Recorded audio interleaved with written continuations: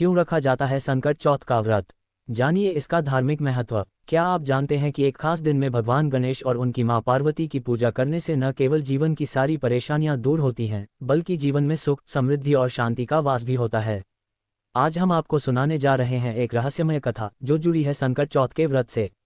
इस व्रत के पीछे एक ऐसा रहस्य छिपा है जो शायद आपने पहले कभी नहीं सुना होगा। तो आइए जानिए संकट चौथ का व्रत क्यों रखा जाता है और इसका धार्मिक महत्व क्या है। कथा की शुरुआत बहुत समय पहले की बात है। एक छोटे से गांव में एक साधारण परिवार रहता था। उस परिवार में एक पति पत्नी और उनका छोटा सा बच्चा था। उनके पास कोई बड़ा संपत्ति नहीं थी, लेकिन वे खुश थे क्योंकि उनका विश्वास भगवान गणेश पर बहुत मजबूत था। वे हर साल संकट चौथ का व्रत बड़े श्रद्धा भाव से करते थे, लेकिन किसी को भी इस व्रत का असली रहस्य नहीं पता था।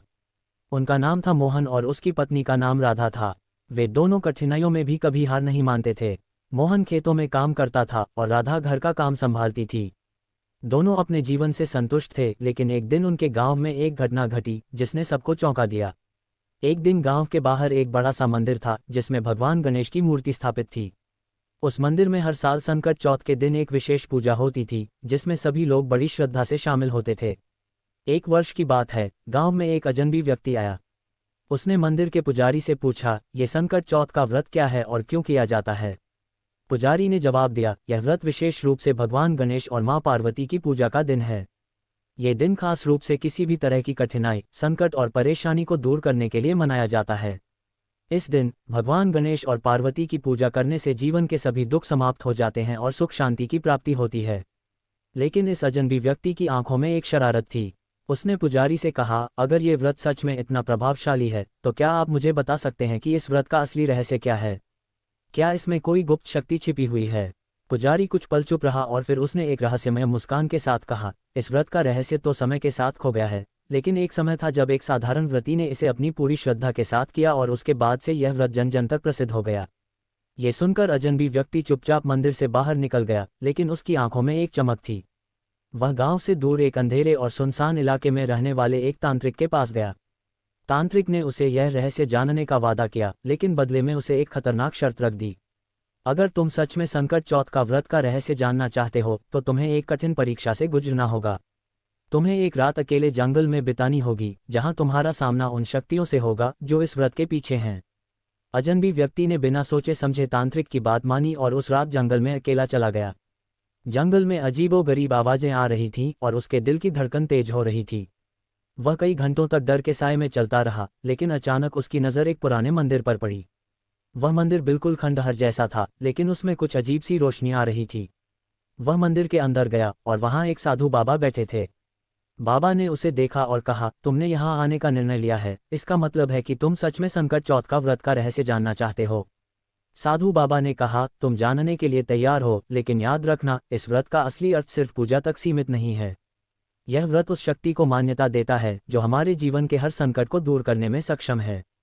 ये भगवान गणेश की कृपा और मां पार्वती की भक्ति का प्रतीक है। साधु बाबा ने उसे बताया कि इस व्रत का असली उद्देश्य व्यक्ति को मानसिक और आध्यात्मिक शांति देना है।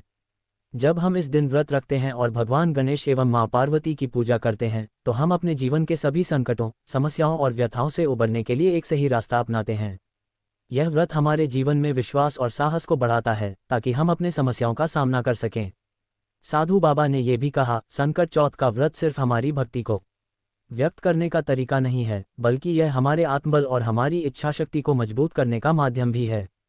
जब हम भगवान गणेश से आशीर्वाद प्राप्त करते हैं तो न केवल हमारे बाहरी संकट दूर होते हैं, बल्कि हमारे भीतर की कमजोरियां भी खत्म हो जाती हैं। साधु बाबा की बातें सुनकर अजनबी व्यक्ति पूरी तरह से चौंक गया। उसने जाना कि इस व्रत में एक गहरी आध्यात्मिक शक्ति छिपी हुई है जो न केवल मानसिक शांति प्रदान करती है, बल्कि जीवन के हर क्षेत्र में सफलता की ओर मार्गदर्शन भी करती है। कथा का निष्कर्ष, अजनबी व्यक्ति ने अगले दिन गांव लौटकर संकट चौथ का व्रत बड़े श्रद्धा भाव से रखा और उसका जीवन सच में बदल गया। उसकी सारी कठिनाइयां दूर हो गईं और उसने महसूस किया कि संकट चौथ का व्रत न केवल बाहरी संकटों को नष्ट करता है, बल्कि व्यक्ति को आत्मिक शांति और साहस भी प्रदान करता है। इस कथा से हमें ये सीखने को मिलता है कि संकट चौथ का व्रत केवल एक परंपरा नहीं है, बल्कि यह एक धार्मिक और आध्यात्मिक साधना का रूप है जो हमारे जीवन को खुशहाल और शांतिपूर्ण बना सकता है। भगवान गणेश और मां पार्वती की पूजा से हमारी मानसिक शक्ति में वृद्धि होती है और जीवन की हर परेशानी से उबरने की शक्ति मिलती है।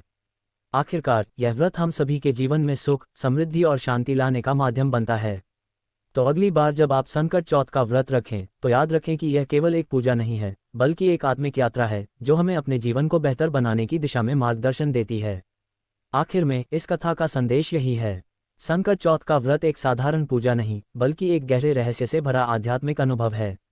इसे सही तरीके से समझने और करने से न केवल हमारे संकट दूर होते हैं, बल्कि हम अपने जीवन के वास्तविक उद्देश्य को भी समझ पाते हैं।